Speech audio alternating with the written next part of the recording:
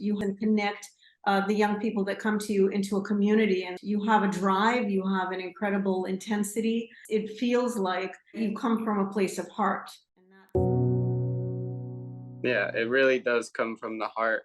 From a young age, I think I had a lot of frustration in me because I didn't really understand why people didn't get along.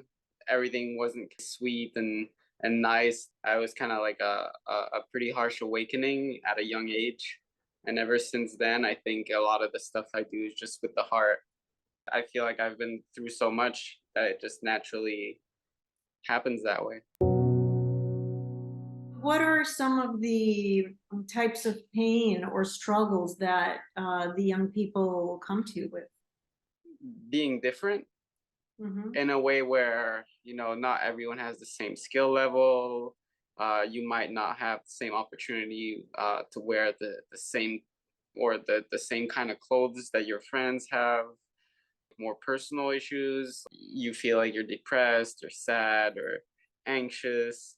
And some of it might even come from bullying. Sometimes you can see it. Their friends, their surroundings are not necessarily there for their best interests. And I think our homework to kind of go talk to the ones that are affected and don't really see it or realize it, get them to make better choices. And what do you see with these young people when they start to work with you? Do you see a difference between how they come to you and what they walk away with? Yeah, a lot of the kids that I teach, um, they usually come into class not really into it or feeling tired sometimes. They had a full day of school. Before I start a class, I always ask them what are they in the mood for, how they're feeling, if they have any injuries or stuff they don't want to do. I kind of matched their emotion where with the intensity that I'm going to teach the class. So a lot of the kids end up leaving and they're super happy. They progress fast too, when you can match their level and you're not really just demanding all the time. They learn fast and they're happy afterwards. No, that's amazing. It's amazing to hear. If they really want it, they push themselves really hard. When they start to react that way without me asking, I know that we're kind of like on a good path because it's not me telling them to do something. It's really them going for it and learning on their own. Yeah. First of all, they get inspired, and that's huge. They start to feel a sense of identity on some level. Mhm. I don't know if I told you this, but I think it was like 3 weeks ago. I went to this town that's maybe 2 hours from Montreal, and it's a small skate park and a pretty tight community. And I had a kid show up to the event, and he didn't skateboard.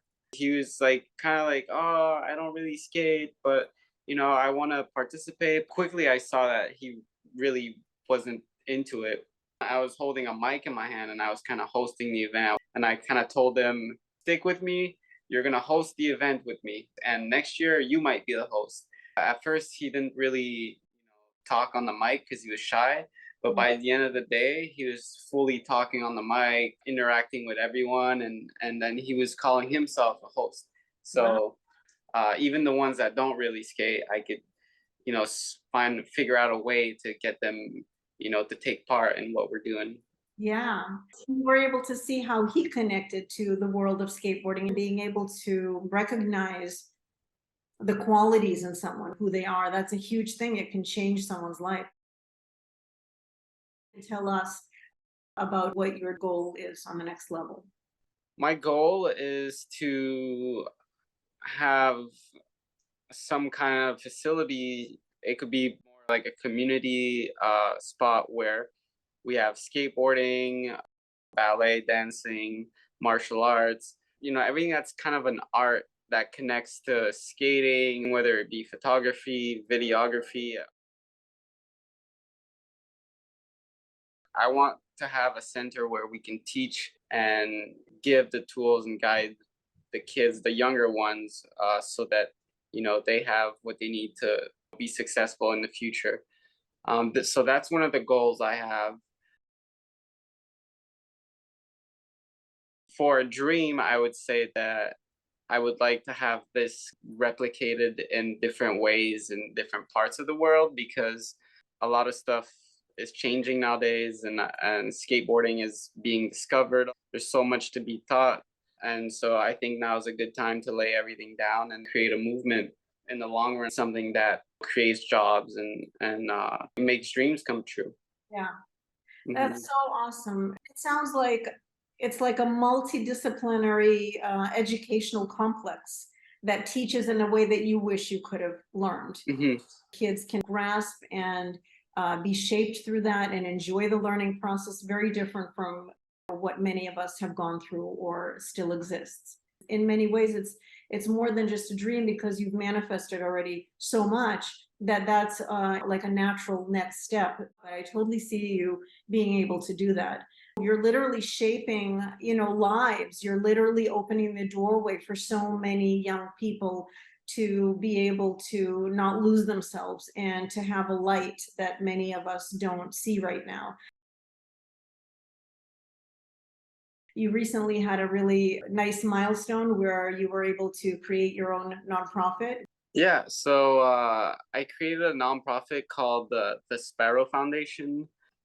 I guess I was working on an event, like a skateboarding event that I wanted to host, and it kept being pushed back because of COVID. And I think the week where people could get together again, a lot of kids showed up. And that was a surprise because, I was thinking a lot of my friends would show up and a lot of just the skaters I'm used to seeing all the time. To my surprise, there was a lot of kids. And from there, I kept working with the kids. I kept doing more events. I did about 20 events last year. Just one thing led to the next. And I started a foundation where I can get more people involved and we can give back in a bigger way, and that's how it happened. So now you have a more of an infrastructure where you can funnel, what you do. And now our nonprofits can connect the First Guild and the Sparrow. Hmm. It's all about education. It's all about shaping our mind and opening our mind to things in a new way, through a new perspective. And you do that through just walking the talk. It's very real and it's very powerful. So that's where we connect. One of the things that we talked about before is the ballet as a very powerful instrument within your center, one of the foundational crafts Hmm.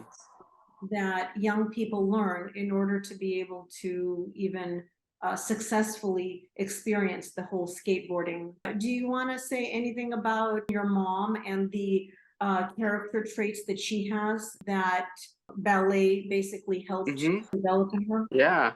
I feel like my mom is very focused, very, very focused. It's very hard to explain what goes through the mind of a dancer, but you just feel the intensity. And I think a lot that she has came from, her earlier years of dancing when she was doing a lot of the ballet, learning the basics, the fundamentals, the perseverance, the endurance, all comes from somewhere. I see it when I watch a lot of the ballet videos or the ballet dancers, because I do have friends that do it. And from everything I've seen, just the way they isolate some parts of their bodies to do what they do, and perfect control of every single part of their bodies, is just something that could actually be beneficial to anything you might want to try on your skateboard. Just watching what ballet dancers do, sometimes I'm like, oh, well, that move he was doing right there, like that's what I need to be doing to open up my hips to reach that proper angle when I kick off my board. So all the training that you see a ballet dancer go through to really be in full control of their body is actually what you would need to have skateboarding become easier for you. A lot of the times we feel like we can't do a trick because we don't really understand it, but it's not that we don't understand it, it's more that our bodies can't do what we want them to do.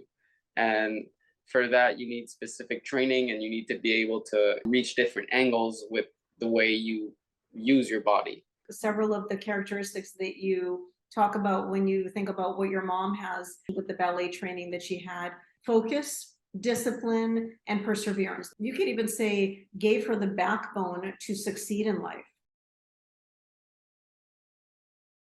You know, there's an interesting thing that I hear a lot when young people take ballet classes.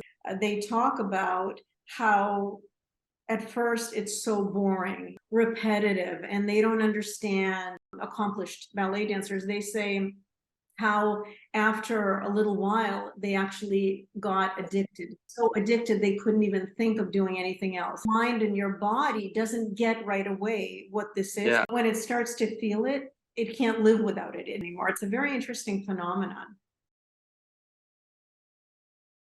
The way that we see ballet, our perception of ballet, which is not just some kind of an entertaining venue, it's literally an instrument where we can evolve ourselves, evolve our mind and body to become more awake, more aware, and more conscious. It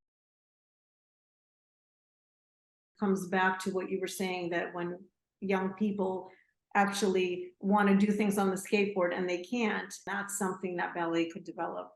Hmm. Exactly. Yeah. It's all in the mind state. I believe the younger kids being thrown into a ballet class, they might not want to be there, but they're gonna benefit greatly from this. If I have kids, I'm gonna definitely put them in a ballet class for sure. It's always nice to, open up and get the energy flowing like this. It's great. Yeah. Yeah. Yeah.